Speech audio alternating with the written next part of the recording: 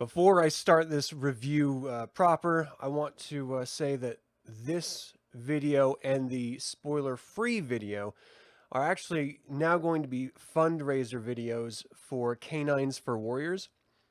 Their mission, their goal is to end suicide from the veterans. Canines for Warriors provides highly trained service dogs to military veterans suffering from PTSD, traumatic brain injury, and or military sexual trauma. With the majority of dogs coming from high-kill rescue shelters, this innovative program allows the Canine Warrior team to build an unwavering bond that facilitates their collective healing and recovery. There's an estimated 20 veterans that die from suicide every day. So, if you're capable, if you care, if it's in your budget, you know, whatever you can do to help, quite frankly, the soldiers that give up all of their rights to ensure that you have yours, you know. As a veteran, you deal with everything after it's happened, right? You relive it in your mind. I know an infinite amount of female veterans who never had an opportunity to speak out about the abuse that they suffered at the hands of other soldiers, including their leadership, because of the military-industrial complex trying to protect the actual careers of the assaulters and the rapists. I know a lot of veterans who have gone and come back to combat zones that are still dealing with it years later. So if it's something that matters to you, the option is there. I know as a dog lover, there's some wonderful connections that you make with these animals, and they genuinely help. So let's get back into this show. Welcome to another Dragonlance Saga review episode. It is Palastpaleswelt the 8th. My name is Adam, and today I'm giving you my spoilers in this video of Dragons of Deceit by Margaret, Weis, and Tracy Hickman. Again, I will be spoiling this entire story. So if you haven't read it, or you don't want to know anything, stop watching this video. It is a spoiler video. Okay. I've given you guys a week to read the book. If you haven't read it yet, it's not that important, or you just don't have time. In either case, come back when you do. I would like to take a moment and thank the members of this YouTube channel and invite you to consider becoming a member by visiting the link in the description below. There's also an affiliate link to Dragonlance gaming materials that you can get online. Again, this is just my perspective of this. We are all individuals with our own life experiences that we bring to everything, including reading books. And if you disagree with my perspective, that's okay. Let me know what you think. If you're joining live, let me know in the live chat. If you're joining me after the fact, let me know in the comments below. So, without any further ado, let's get into the spoiler discussion. I just want to make sure everyone understands. The spoiler discussion of Dragons of Deceit. Hey, Silverwolf, I hope you've read this book.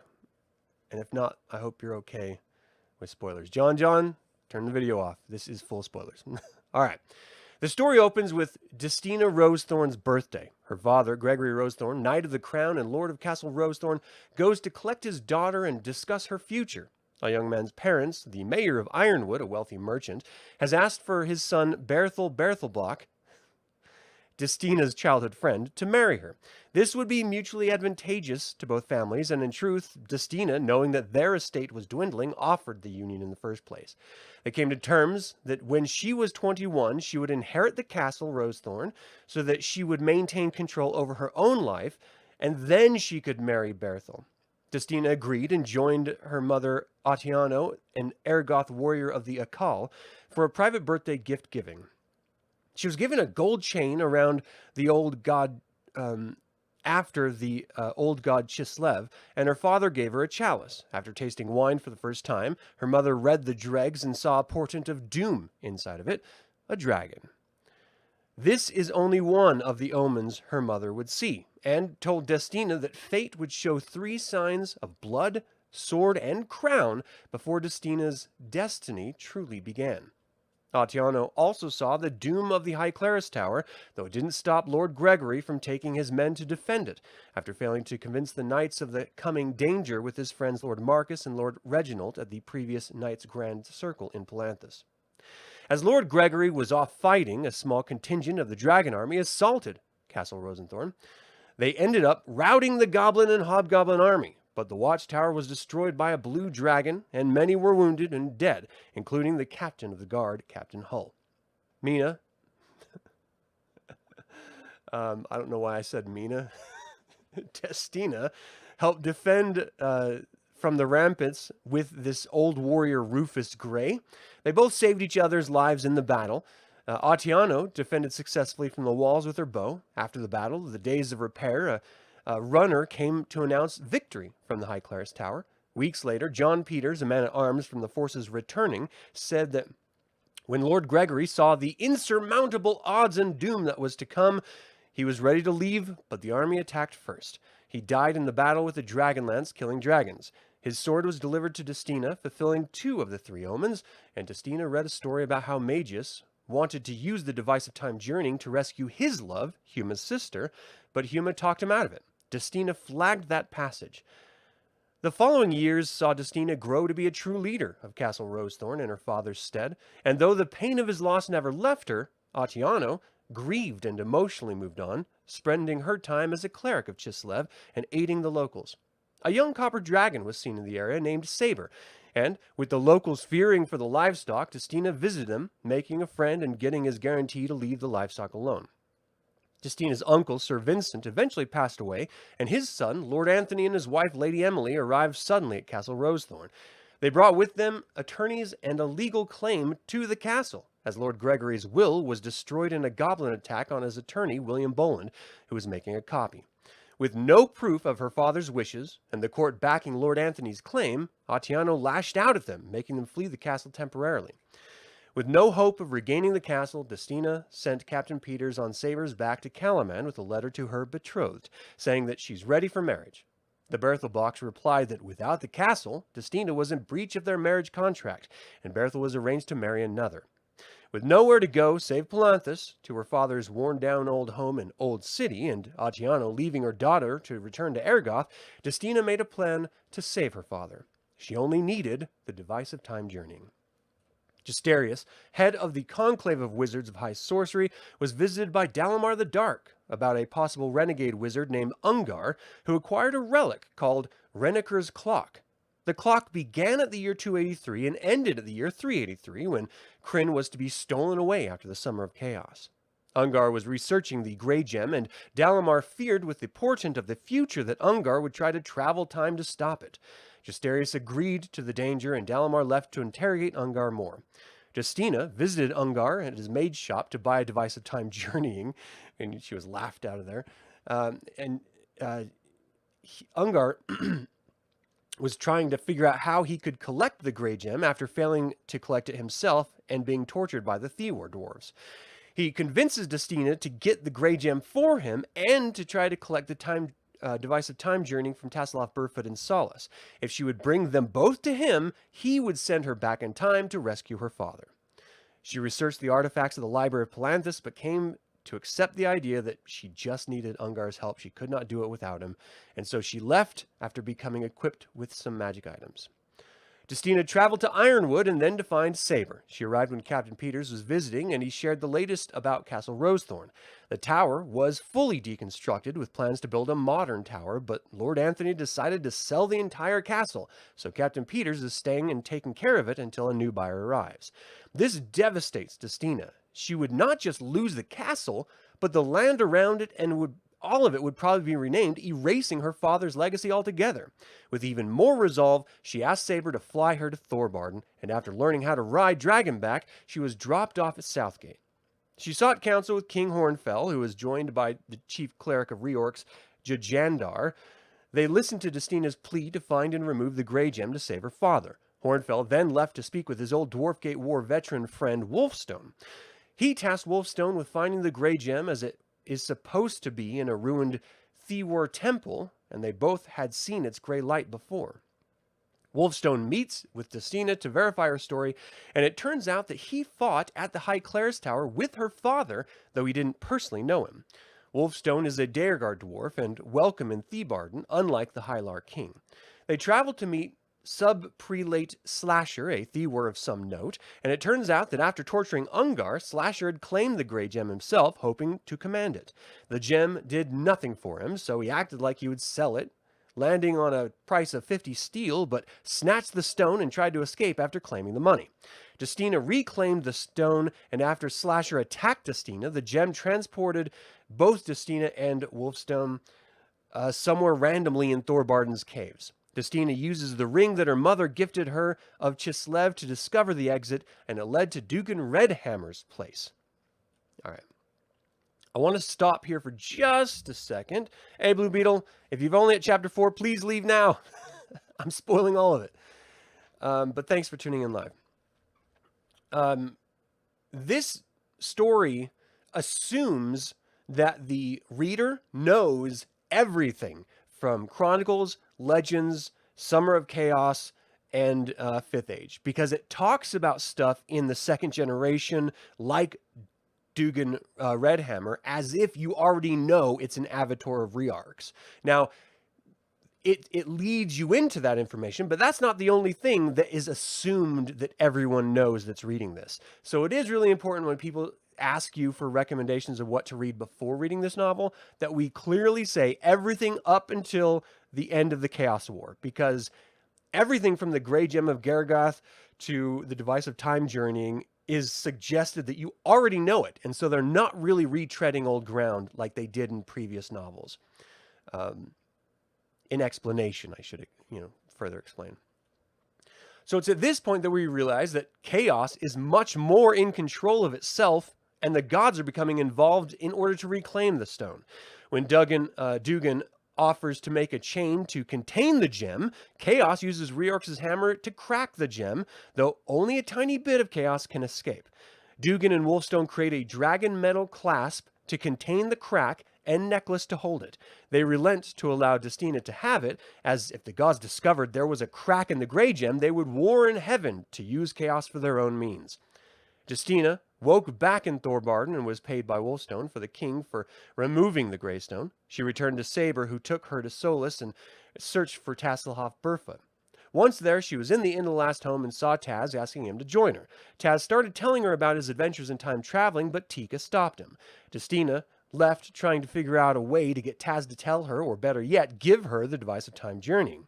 She ended up shape-shifting into a kender, going by the name of Mary Merryweather. She approached Taz with a ring of friendship she got from Ungar, and it ended up on Taz's hand. Taz was convinced they were now married, as is supposedly kender custom.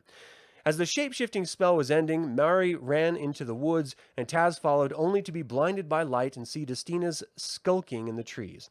He asked her if she knew where Mary was, but Destina ran off. Taz went to tell Caramon and Tika about Mary vanishing, and they grew truly suspicious about Mary and Destina.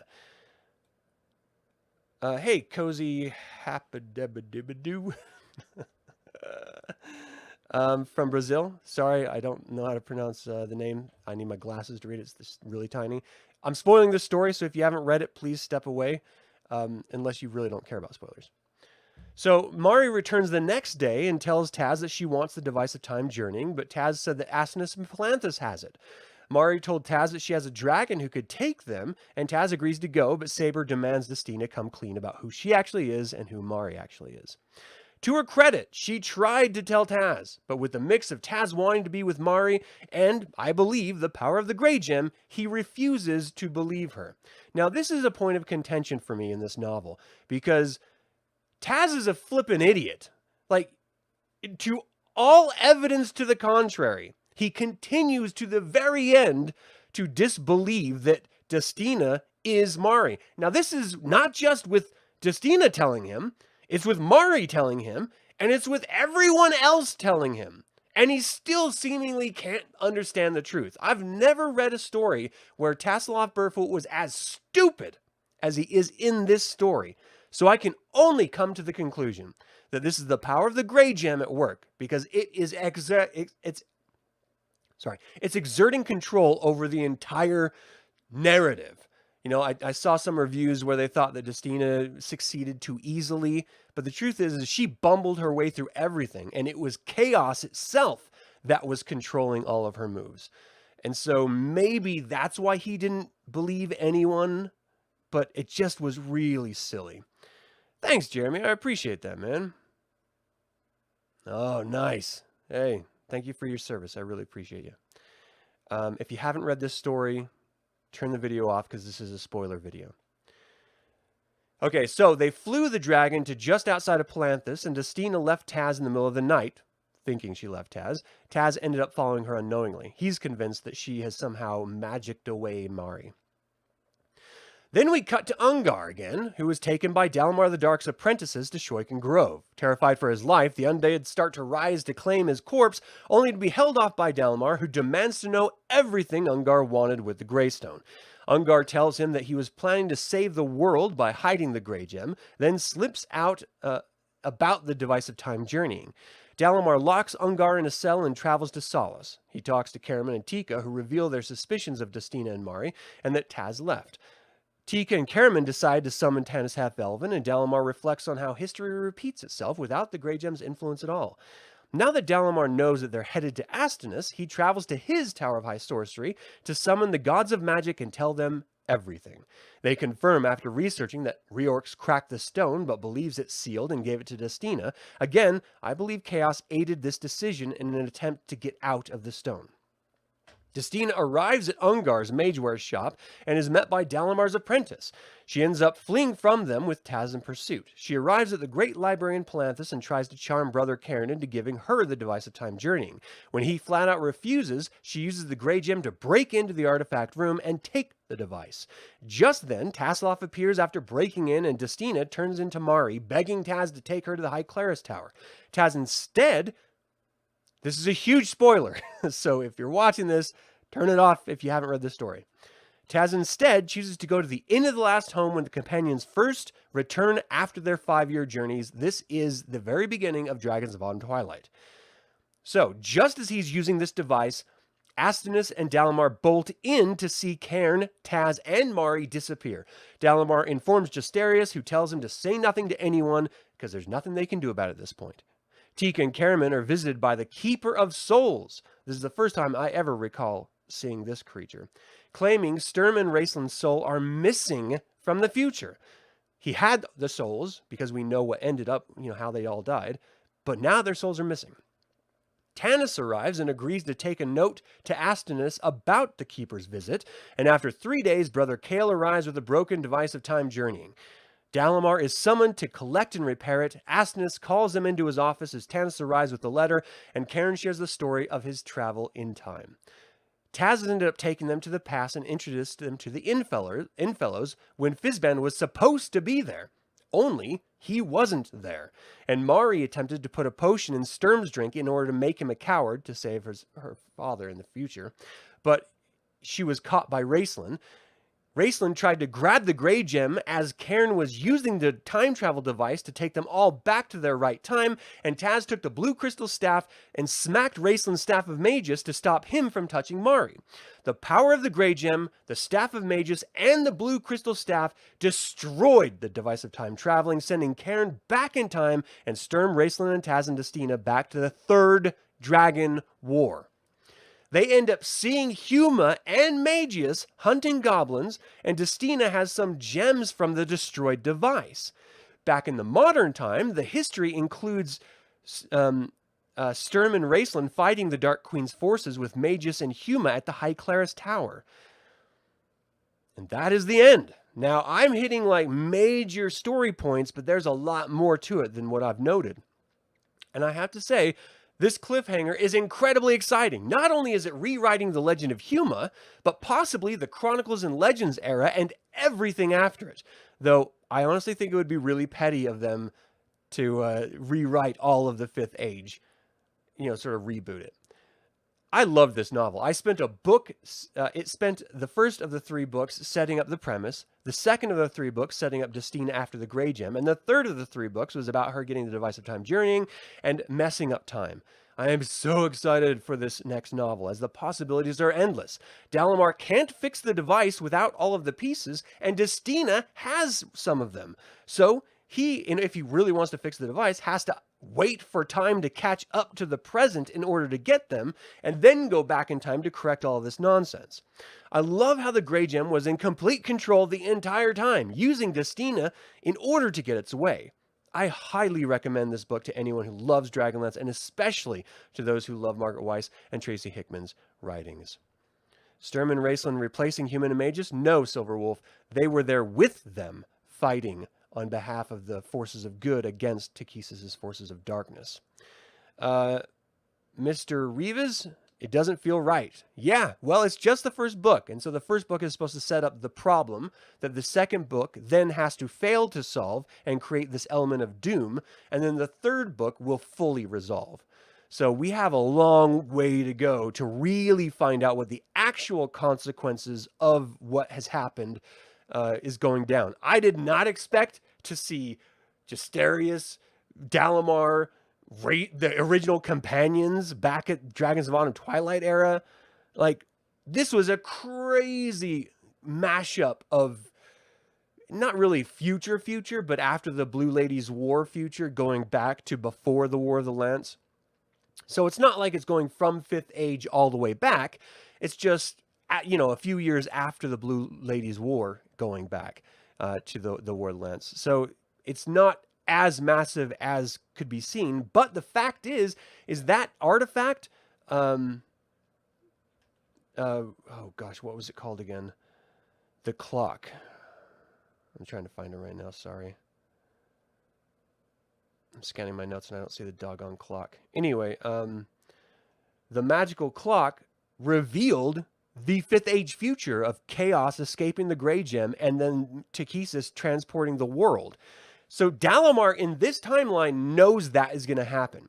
But when that happened in the future, in the real timeline, he had no idea.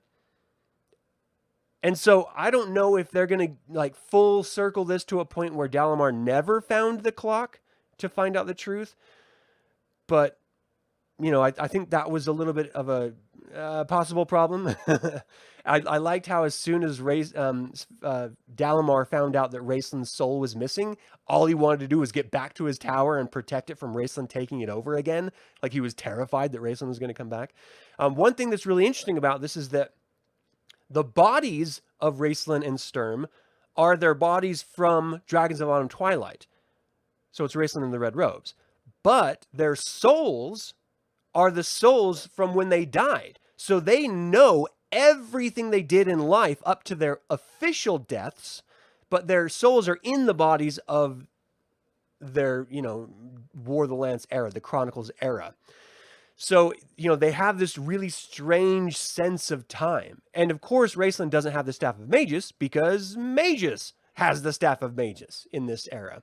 So he's witnessing Magus, and purportedly in the next book, they're going to fight together side by side as a team against the Queen of Darkness. I think that's going to be an awesome battle that I would love to read. To get Sturm and Huma working together? To see Magus and Raceland working together? Yes, please, give me that. I want to read that so desperately bad. Hornfell's candid opinion of Salamnics was funny. Yeah, I really liked Hornfell. I liked all the dwarves in this. I thought they were all true to form. They felt original, even though they fell down on some of the dwarven tropes. I thought that was fun. I really like Destina. I think her mother is better, Otiano, and I really want to know what this Aragoth or a group of the Aragoth warrior of the Akal, what that means, because I don't ever remember seeing that anywhere before. But Otiano's a part of it, and she does a lot of bow hunting and stuff. So I really wanted to get into that more. The idea of going through time like this story is set up, it's a little bit scary. I know they're probably going to wrap it all up so it's in a nice place, and Destina's going to learn that, having her father back costs more than it's worth, and her father would definitely not approve of the way that she brought him back.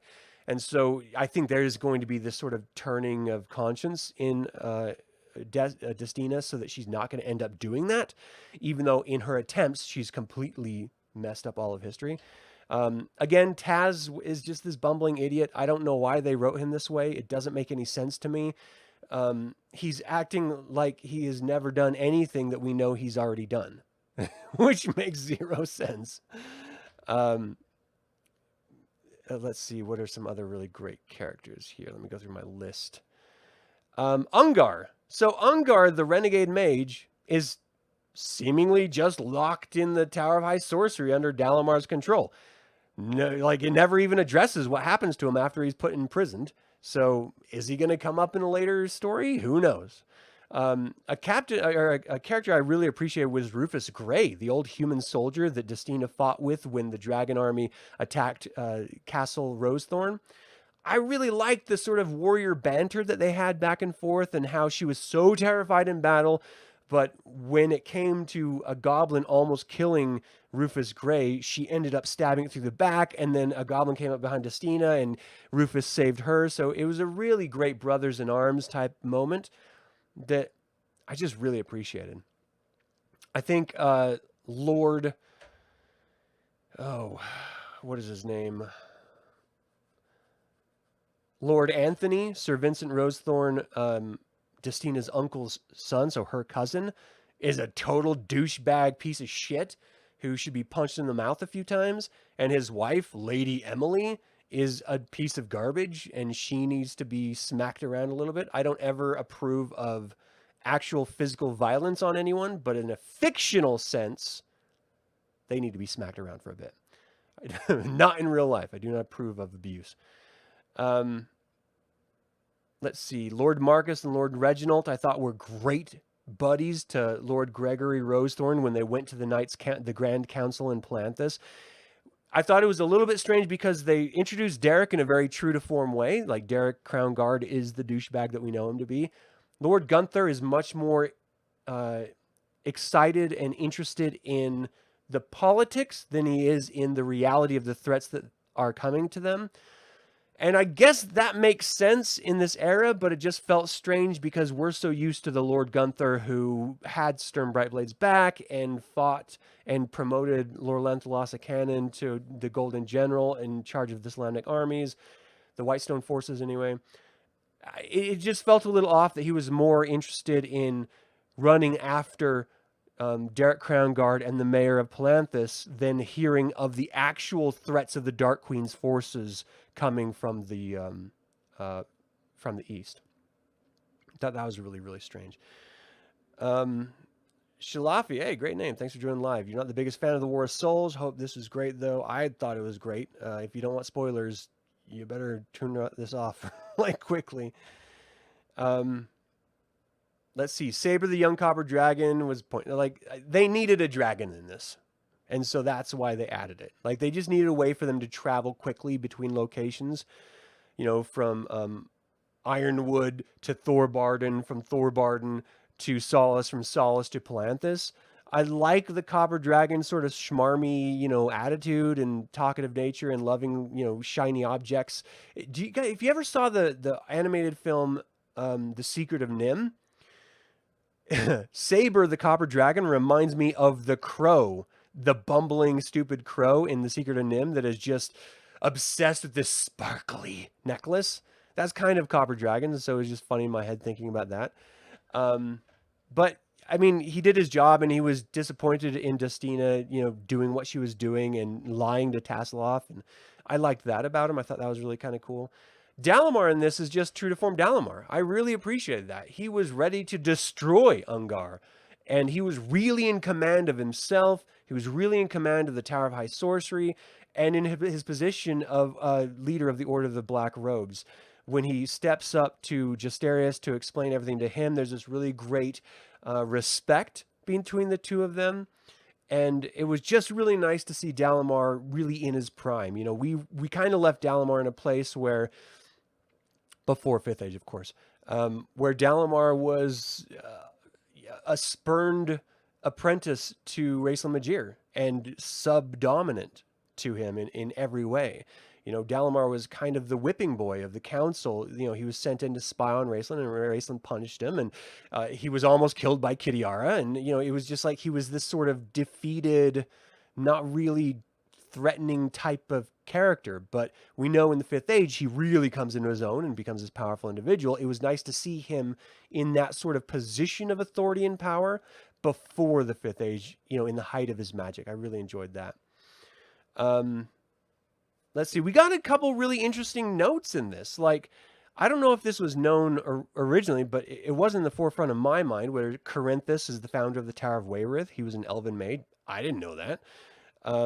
Raniker was the name of the wizard who crafted this magical clock that could see into the future to 385 AC when it turns into the Fifth Age.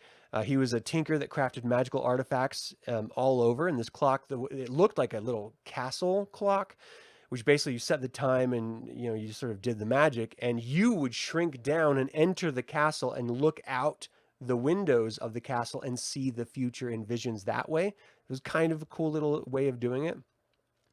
The Grey Gem of Gargath is incredibly powerful. We know it's incredibly powerful because Ionthus, Chaos himself, who is brother in power to the High God, is in control of it. So, hey, Chris, thanks so much for joining live, and really, thank you for your donation. I appreciate that.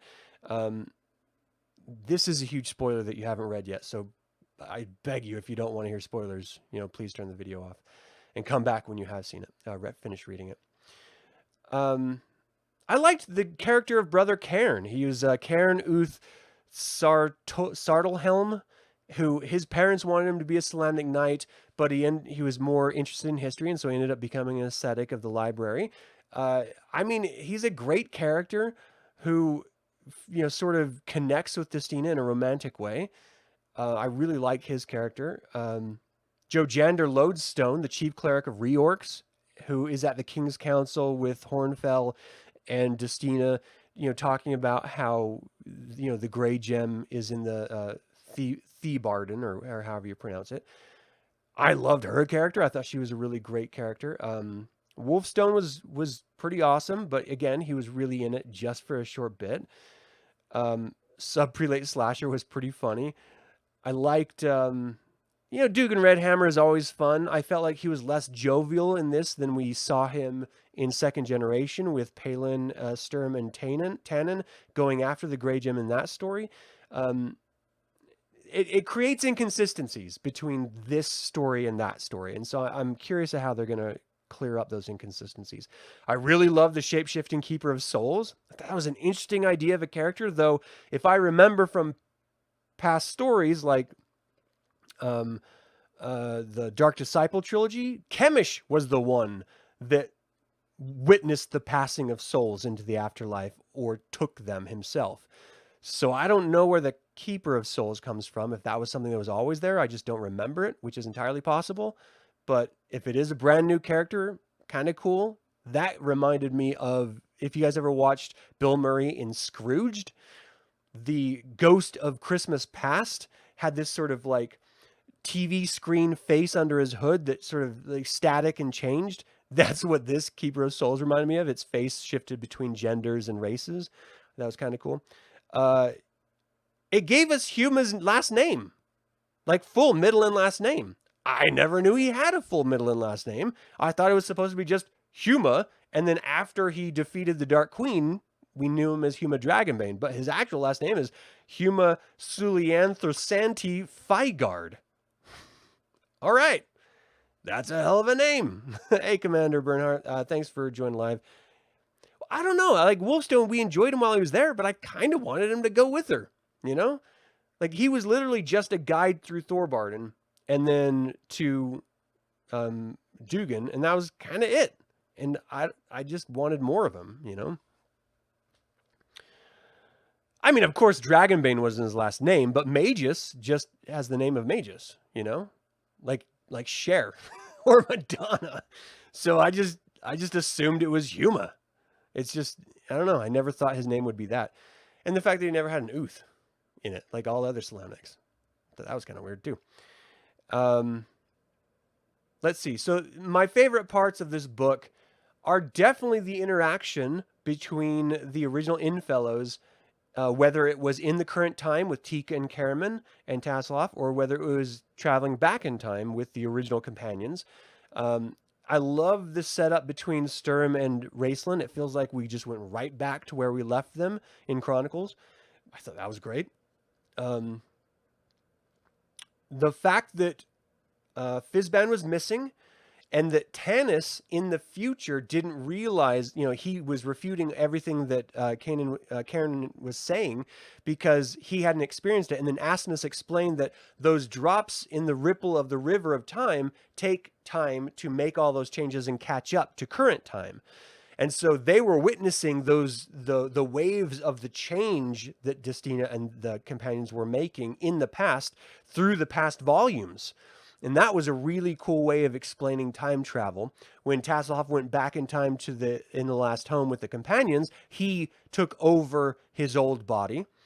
I was a little bit freaked out that Tasselhoff cut his hair off, but he was trying to get away from a guard. I don't know why he couldn't get away from that guard, but he got away from every past guard. I mean, I guess he technically didn't because he did go to jail a lot. So maybe he was more willing to go with them in those past times than he was in this. I thought that was strange. That's entirely possible, Bernhardt, 100%. It could also just be a colloquial way of saying son of, like Mick or Mac is in our Celtic cultures. Let's see. You finished the book the weekend. First half was a bit slow when the setup. Last half flew by. You love where they were going with it. It's exactly what you were hoping for. Yeah, I do. I really didn't mind the first half of this book. I didn't think it was particularly slow because I was invested in the time frame that it was taking place in. When they came back and they talked about Sturm dying at the Tower of High Source, at the High Claris Tower, and how her father wanted to leave, and Sturm said, peace be with you, get on out, but he couldn't in time, and so he just stood and, stayed there and fought to his death. I got a little choked up remembering the passing of Sturm, that kind of got me again. And then when we reflect back on it, later on in the story, it just starts to sort of bring all of those emotions full circle again. And that it's like a cheating way of getting you invested in a story by connecting with characters you already loved. But I don't know. I dug it. And again, I really dug Attiano and Gregory and Destina from the beginning. And so I didn't mind going on that long journey. I felt like, with the original Chronicles, they didn't have the advantage of setting up the characters beforehand because they were mirroring a gaming session for the modules that were going to be released. So they didn't have the opportunity to do what they did with this. And I appreciated it because it took them the preludes and the sextet in order to explain all the characters' backstory. And instead of those 12 books that you would have to read to really understand every one of the companions, now you just get a full book unto itself to explain Destina and her backstory. And so I thought that was a great way of really filling those gaps, explaining why she cared about, what was happening, where her head was when she made those decisions. I did, I said in the spoiler-free review that I was a little bit confused why she read the book about Magus and Human talking about going back in the time and how Magus said that it shouldn't affect anything. And then she just said, oh, it's not really worth it. I'm not going to do it. But then later when she lost her home and then the castle was taken from her, then she was like, oh, I've got to go save him. Well, why?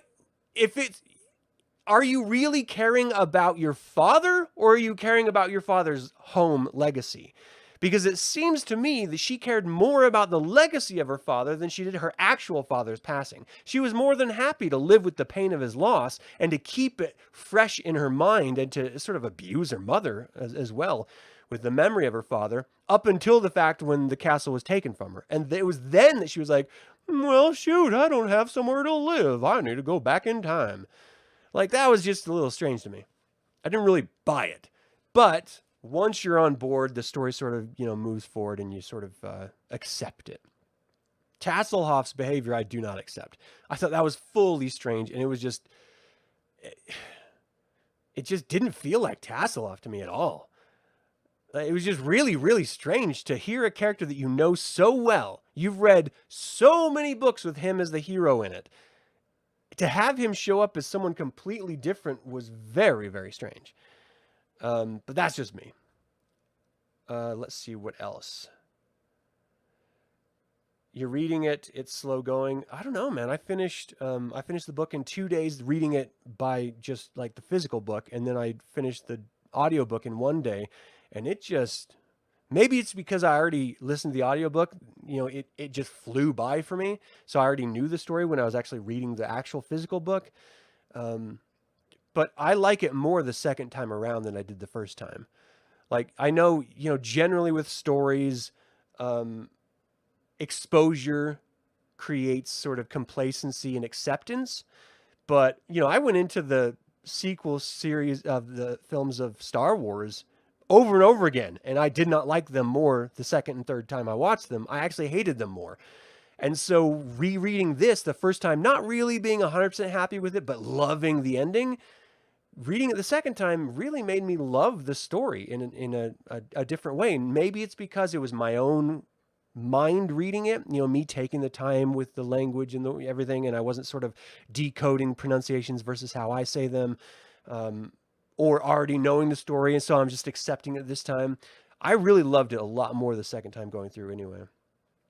Say you're less than halfway, you're really enjoying it, but you already noticed a few historical inaccuracies. Yeah, but we have to remember about this is that we're dealing with time travel. So historical inaccuracies may be the timeline that is going to be corrected, not the timeline that is going to be moving forward. And so that's how I've been thinking about this. We're living in a timeline that Tasslehoff Elven at the end of the book is in, denying the changes to that the timeline of Destina and Taz are experiencing. So it's just, it hasn't caught up. We don't know if there's 3 actual timelines happening at once right now, because we know that's going to come. At least it's alluded to. So, I'm not entirely sure whether or not they're going to wrap it up so that everything picks up as it was after Legends, or if they're going to change things enough, or if they're going to fully renege the entire 5th Age. I don't think they'd do that again, because that's really, really petty of them to do that. They were really upset about having to condense Dragons of the Summer Flame into one novel. It was supposed to be a trilogy, and then they sort of left on really bad terms with TSR. WotC did them really bad with this whole story for years. So I can't imagine them like thumbing their nose at WotC that much and just completely wiping away all of the history. That would just be shitty. But, to Skull Cowboy's point, we got Raceland. We got Raceland in his younger form with his future soul, who can do all of the magic that he did in the future. If he wants to challenge gods, he is powerful right now to challenge gods. I mean, that's a huge possibility that is kind of terrifying and kind of exciting at the same time. A good narrator can make it break listening to a book versus reading it yourself. Yeah, Brent, I totally agree. Thanks for tuning in live, by the way. The audio voice, I can't remember the woman's name who read it. She didn't really, I'm used to listening to like Star Wars Extended Universe books for audiobooks, and they go into like full, voices and music and everything. This was not so much. She altered her voice a little bit for some of the characters, but not that much. It just felt like she was, barely even changing her voice. And so that it was just like one person reading the novel to me rather than me reading it myself, which was, I don't know, a little unsatisfying. I expected more from an audiobook. Yeah, and he is master of past and present. Now even more literally, because he's going way back in the past where he never went before. Martinus, thanks for joining live. You haven't read it, but you wonder if it'll affect future ages. You read the 5th Age books. They all mention Paladin and Takesis as the main deities. Will they change the Age of Mortals? I do not think they're going to change the Age of Mortals at all. I think they're focused solely on the time frames that they've referenced. We got to remember that Tracy Hickman created the entire backstory when he was sort of drawing out everything, and he did not write the Legend of Huma, but he always loved referring back to the Legend of Huma to parallel the War of the Lance and give it historical context. And so that's why he went back there in this, because that's his creation, that's his history. I like that they did that. I don't necessarily enjoy all of Richard Knack's version of the Legend of Huma. And so I don't mind if they completely renege that story, because that doesn't affect anyone or anything. It's one book, two if you include Kaz the Minotaur. So that doesn't really bother me when it's originally Tracy Hickman's story. Just like it doesn't really bother me when Lord Soth is, in Krynn when Ravenloft took him out of Krynn. It's Tracy Hickman's character. He wrote it. He had a certain idea of what this character was, and they changed it. And so when he brought it back to the way it was. So, it would just be the same thing, in my opinion, if they did that.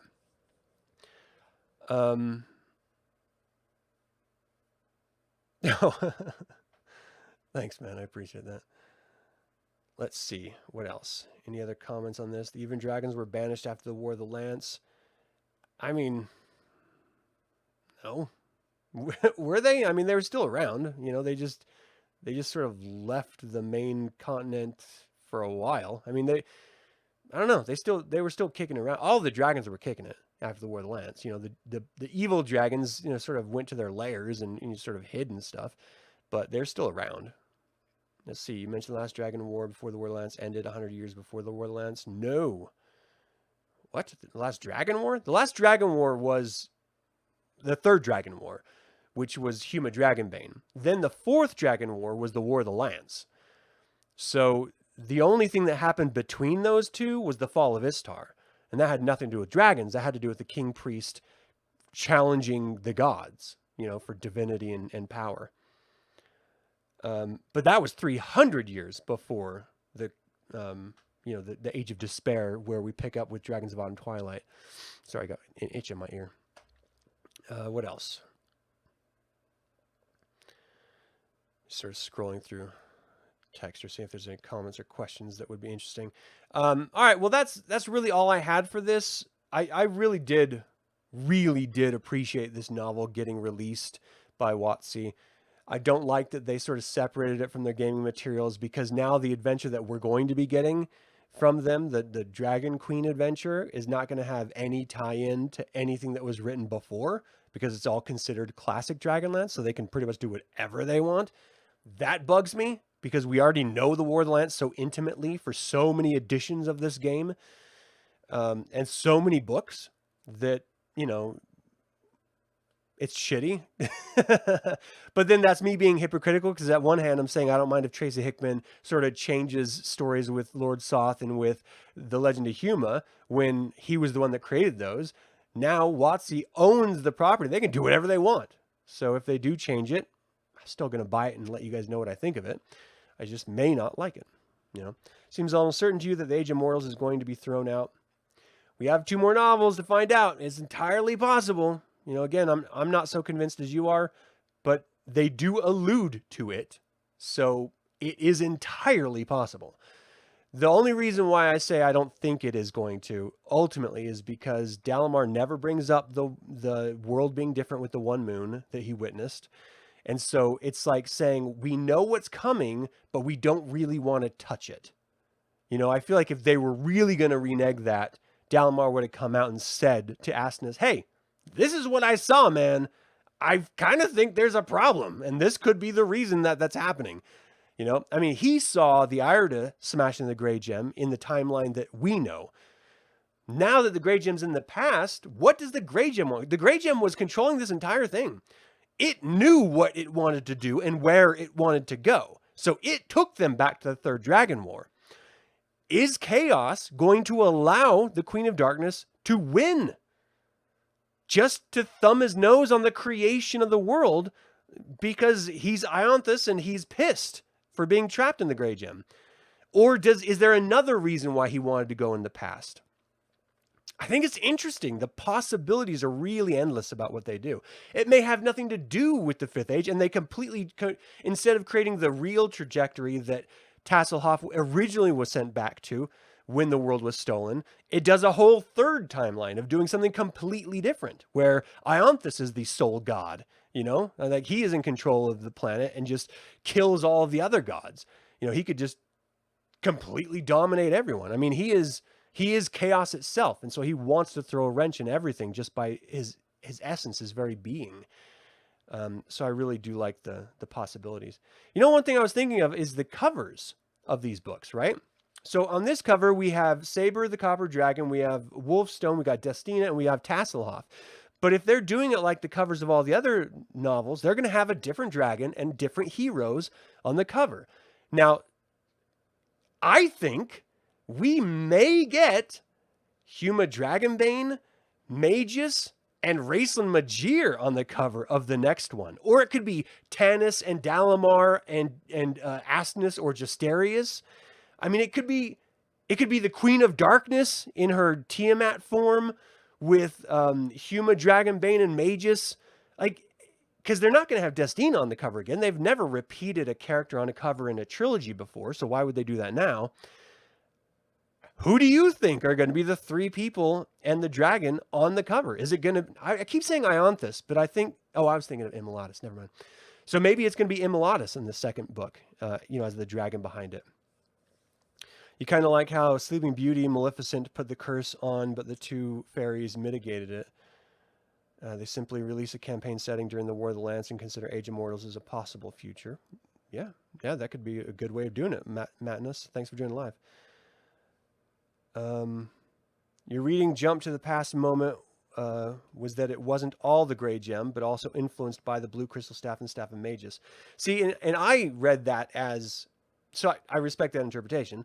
I read it as it was the power of the Grey Stone, the Staff of Magus, and the Blue Crystal Staff that destroyed the time travel device, the device of time journeying. I didn't think that they were the reason that they went back to the Third Dragon War. Though, we also have to remember that the device of time journeying does not necessarily take you to the time and place that you're expecting it to take you. If you're lucky, on the best of situations, you may get close, but it's never the exact place. So it could just be the natural outcome of the device of time journeying, without influence from chaos or anything else. We saw that a lot in the War of Souls trilogy. So it's entirely possible that that's the reason also. I'm not sure the context of the Sleeping Beauty comment. So you're saying just reconfiguring a known fable, so that that's what they're possibly doing with the Dragonlance in the past. They're just reconfiguring the Legend of Huma in that context, or if you have an opportunity, let me know what you mean in more detail. Oh, okay, here you go.